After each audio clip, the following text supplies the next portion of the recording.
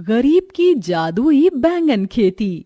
बैंगन ले लो बैंगन, ताजा ताजा बैंगन, आओ आओ और खेत के ताजे बैंगन खाओ। बैंगन ले लो बैंगन।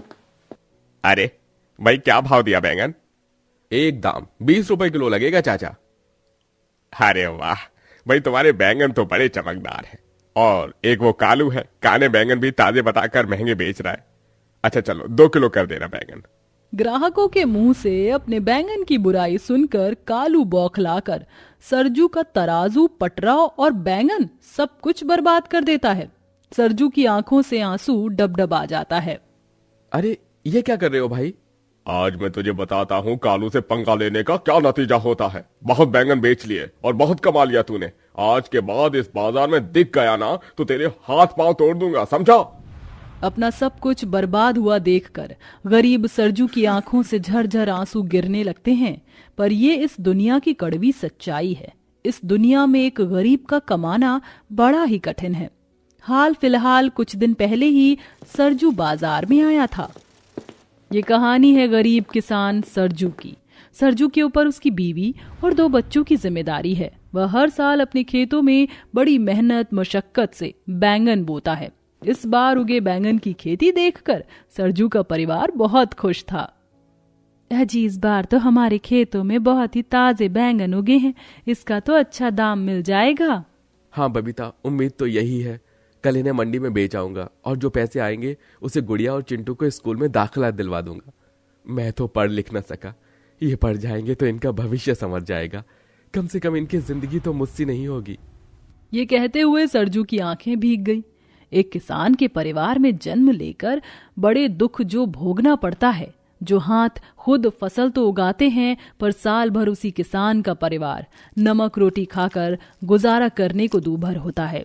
सरजू का भी यही हाल था। इस बार सरजू की सारी उम्मीदें अपने बैंगन की खेती से जुड़ी हुई थीं। अगले दिन वह बैंगन बेचने मंडी में गया तो व्यापारी बोला, ओ देख सरजू, मैं इन सारे के सारे बैंगनों के ज्यादा से ज्यादा 1000 ही दे पाऊंगा। अरे 1 क्विंटल बैंगन के बस 1000? रहने दो भाई, मुझे नहीं बेचना बैंगन। बेचारा सरजू उदास मन से बैंगन लेकर घर चला आया। गुड़िया ने पूछा, बाबा आप मेरे लिए कॉपी किताबें कब लाओगे? इस साल तो मैं स्कूल जा पाऊंगी ना? सरजू ने प्यार भरा हाथ अपनी बेटी के सर पर फेरते हुए आंसू और लाचारी से भरकर कहा, जल्दी ले आऊंगा बिटिया। अजी क्या हुआ, बैंगन बिके नहीं, तुम फिर क्यों आए? बबीता, मैंने इतनी मेहनत से ये बैंगन उगाए हैं और व्यापारी आधा दाम भी नहीं दे रहा था, तो क्या करता। इसलिए मैंने सोचा है अब मैं खुद इन्हें बेचूंगा। अगले दिन सरजू जब अपने बैंगन ले जाकर बाजार में बेचने बैठा तो लूट मच गई और धीरे धीरे ग्राहक उसके खेत के बैंगन खोजने लगे, जिससे कालू जल उठा। कालू ने ना सिर्फ गरीब जानकर उसका सामान उजाड़ा, बल्कि पूरे मंडी के व्यापारियों को उसके खिलाफ भड़का दिया और धमकाया भी। अरे कान खोल कर सुन ले सरजू, आज से तू यहाँ बैंगन नहीं बेचेगा। यहाँ नहीं बेचूंगा तो कहाँ बेचूंगा? मैं गरीब हाथ जोड़ता हूँ भाई, बाल बच्चे वाला हूँ, कमा लेने दो मुझे। अरे तो कमाना किसने मना किया है? पर अब तू अपने बैंगन उस कचरे के ढेर के पास बैठकर बेचेगा। हाँ, मैं भी देखता हूँ कौन खरीदने आता है फिर तेरे बैंगन। कालू ने गरीब सरजू को बहुत सताया। दूसरी ओर सरजू का खेत भी बंजर हो गया। वह आखिरी के बैंगन तोड़कर बाजार में लाता है और लाचारों की तरह लोगों को आवाज लगाता है, बैंगन ले लो बैंगन, ताजे बैंगन। अरे कोई मुझे गरीब के बैंगन भी खरीद लो।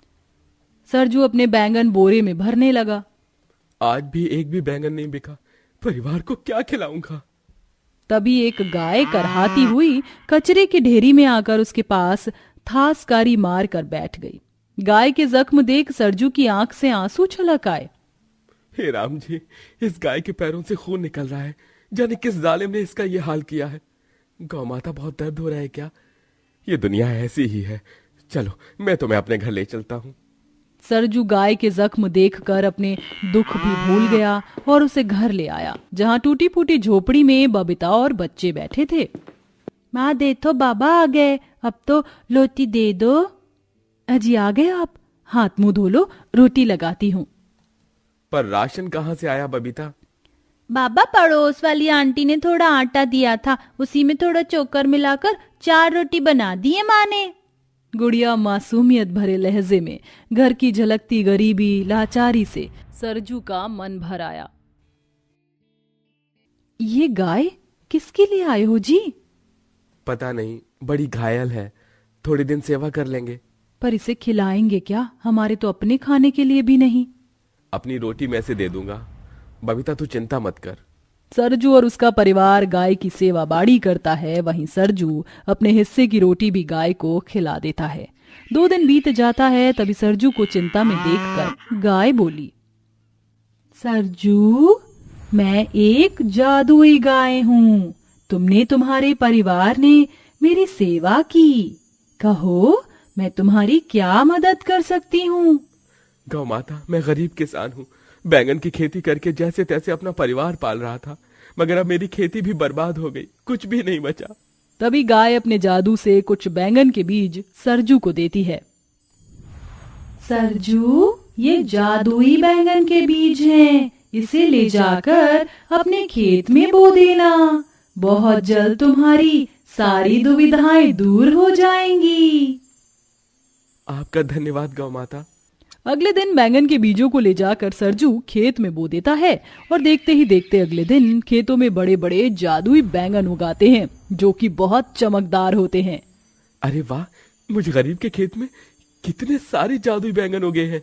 हाँ जी, चलो इन्हें तोड़ लेते हैं। बबीता के एक बैंगन तोड़ते वहाँ जादू से और बैंगन उग जाते हैं, जिसे देख वह चौंक गई। अरे बाप रे, हाजी, ये जादुई बैंगन तो बड़े ही अनोखे और खास हैं। जैसे ही मैंने एक बैंगन तोड़ा, वहाँ दूसरा उगाता है। ये सब कुछ उस गाय का चमत्कार है बबीता। सरजू उन बैंगन को ले जाकर बाजार में बेच आता है। वह जादुई बैंगन इतने चमकदार और बढ़िया थे कि व्यापारी ने फट से खरीद लिया। अब तो सरजू निष्दिन अपने खेत से उन जादुई बैंगन को तोड़कर बेचता। तभी एक दिन बहुत ही तेज बारिश आती है, जिसे चिंता जताते हुए सरजू बोला, बबीता, कहीं इस बारिश से हमारे बैंगन खराब ना हो जाए, मैं खेत में तिरपाल लगा आता हूँ। अजी रुको, मैं भी चलती हूँ। फिर दोनों पति पत्नी जैसे ही बैंगन के खेत में आते हैं तो क्या देखते हैं कि जादुई बैंगन किसी जुगनू के जैसे सोने के बन गए हैं और पूरा खेत जादुई सोने के बैंगनों से भरा हुआ टिमटिमा रहा था। ये देखकर दोनों फूले ना समाये। देखो जी, हमारे खेत में तो सोने के बैंगन उगे हैं। मुझे तो यकीन नहीं हो रहा। यकीन तो मुझे भी नहीं हो रहा है बबीता। तभी एक जादुई बैंगन बड़ी बड़ी आंखें किए मुस्कुरा कर बोला, अगर यकीन नहीं होता कि हम सोने के जादुई बैंगन हैं, तो फिर घिस कर देख लो। सरजू ने एक जादुई सुनहरा बैंगन तोड़कर जैसे उसको घिसकर देखा, अरे ये तो सचमुच में सोने के बैंगन हैं। हमारी तो किस्मत चमक गई बबीता। अगले दिन सरजू उन सोने के बैंगनों को तोड़कर सुनार से बेच आया और अपने परिवार के रहने के लिए प्यारा सा घर बनवाया और उस गाय के लिए गौशाला भी बनवाया। धन्यवाद गौ माता, अगर तुम मुझे वो जादुई बैंगन के बीज न देती तो मेरे खेत में आज जादुई बैंगन न उगे होते और हमारी जिंदगी भी न बदलती। अब तुम हमारे परिवार का हिस्सा हो।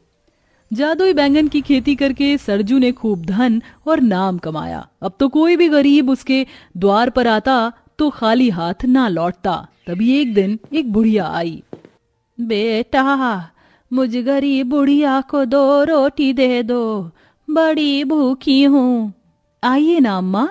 बबीता और सरजू ने आदर के साथ बुढ़िया को घर में बुलाया और भरपेट भोजन भी कराया।